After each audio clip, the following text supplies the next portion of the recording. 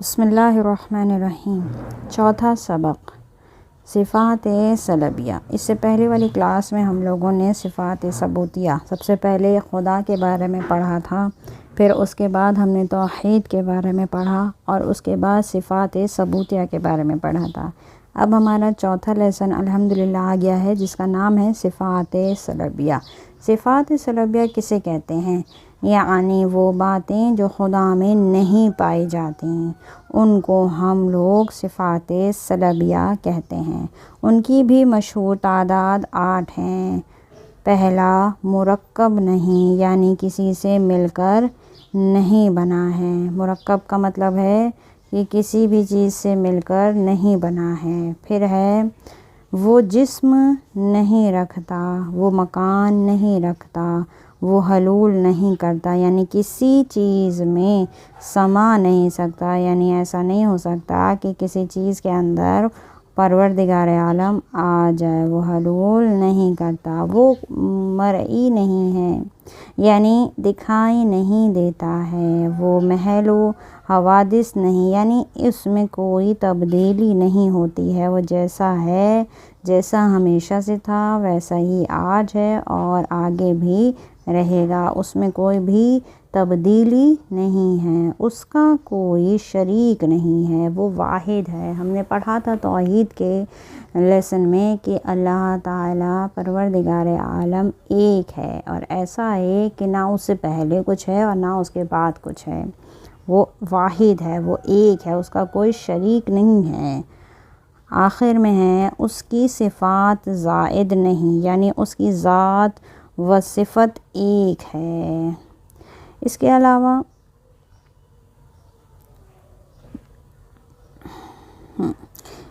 ان کے علاوہ ہر وہ بات جو اس کی شان اور مرتبے کے خلاف ہو ان سے وہ پاک ہے۔ لہٰذا اگر کوئی آپ سے پوچھے کہ خدا کن برائیوں سے پاک ہے تو آپ یہ کہیں کہ اس میں کوئی برائی نہیں ہے۔ ایسا نہیں ہے کہ یہاں پہ جو یہ 8 برائیاں یعنی 8 چیزیں بتائی گئی ہیں کہ جو پروردگار عالم میں نہیں پائی جاتی، یہ فقط 8 ہی ہیں، نہیں۔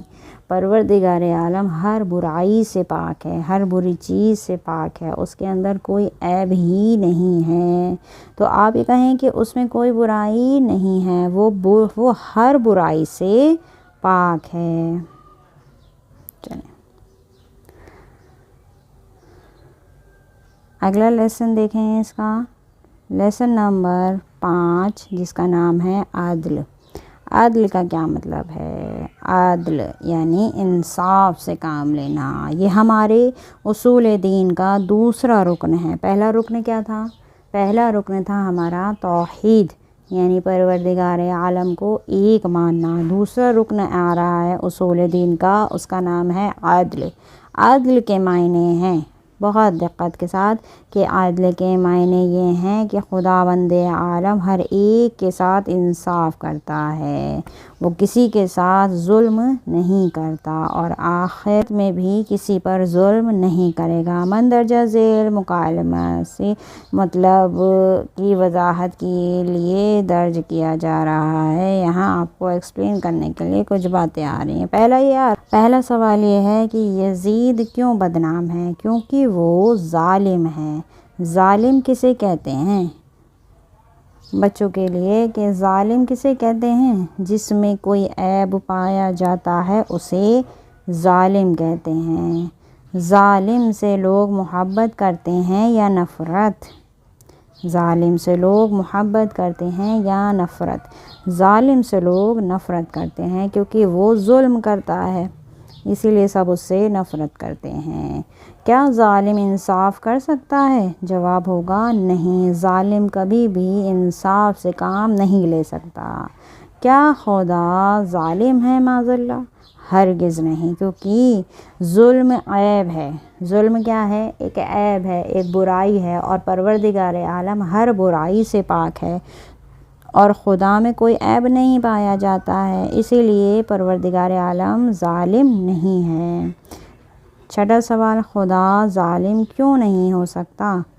خدا کو قیامت کے دن انصاف کرنا ہے اور ظالم انصاف نہیں کر سکتا۔ خدا کیسا ہے؟ خدا عادل ہے، خود انصاف کرتا ہے اور سب کو انصاف کا حکم دیتا ہے۔ ٹھیک، یہ لائن اپنے نوٹس میں ضرور لکھیں کہ پروردگار عالم عادل ہے، خود انصاف کرتا ہے اور سب کو انصاف کا حکم دیتا ہے۔ چلیں آگے دیکھیں، کیونکہ چھوٹے چھوٹے لیسن ہیں اس میں بچوں کے لیے دے رکھے ہیں نا، تو اسی لیے میں 2-3 لیسن پڑھا دیتی ہوں ایک ہی کلاس میں، تاکہ آپ لوگوں کا وقت بھی نہیں ضائع ہو اور کچھ باتیں آپ تک پہنچ جائیں۔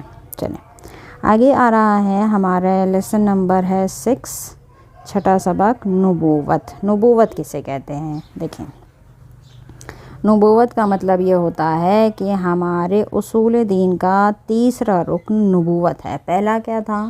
پہلا تھا توحید، دوسرا تھا عدل، تیسرا آ گیا نبوت۔ نبوت کسے کہتے ہیں؟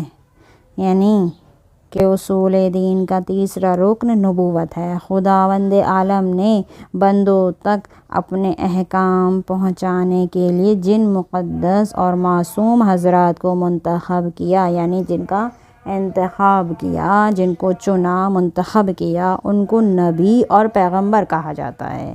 ٹھیک، کیا کہا جاتا ہے؟ نبی اور پیغمبر کہا جاتا ہے۔ اور خدا نے انہیں جو عہدہ دیا اسے نبوت کہا جاتا ہے۔ مزید وضاحت کے لیے مندرجہ ذیل مکالمے پر غور کیجیے۔ پہلا سوال آ رہا ہے آپ سب کے سامنے، یہ کہ ہم کہاں سے آئے ہیں؟ ہم کہاں سے آئے ہیں؟ خدا کے یہاں سے آئے ہیں۔ دوسرا سوال، ہمیں کہاں جانا ہے؟ ہمیں کہاں جانا ہے؟ خدا کی بارگاہ میں جانا ہے۔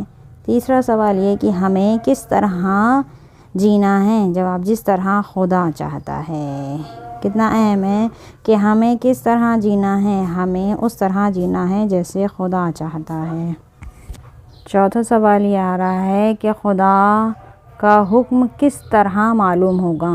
یعنی جواب یہ ہے کہ نبی کے ذریعے۔ کس طرح معلوم ہوگا کہ پروردگار عالم ہم سے کیا چاہتا ہے؟ تو اس کا جو میسج ہے وہ ہمیں کس کے ذریعے ملا؟ نبی کے ذریعے ملا، نبی کے ذریعے۔ پھر ہے سوال، نبی کون ہے؟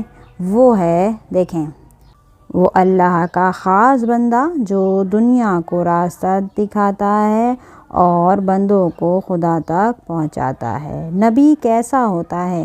ہم جاہل پیدا ہوتے ہیں، وہ عالم پیدا ہوتا ہے۔ ہم سے غلطی ہوتی ہے، اس سے غلطی نہیں ہوتی۔ ہم میں کمزوریاں ہیں، اس میں کمزوریاں نہیں ہوتی۔ وہ ہماری طرح راستہ بتانے والے کا محتاج نہ ہوگا۔ یعنی یہ کہ جو نبی ہوتا ہے اس کے پاس علم ہوتا ہے، وہ ہر بات کو جانتا ہے، وہ عالم پیدا ہوتا ہے، وہ جاہل پیدا نہیں ہوتا۔ جب ایک عام انسان دنیا میں آتا ہے تو وہ عالم نہیں ہوتا ہے، وہ جاہل ہوتا ہے، اس کو پڑھنا پڑتا ہے، اس کو سیکھنا پڑتا ہے۔ پر نبی سیکھا سکھایا آتا ہے، اس کے پاس علم موجود ہوتا ہے۔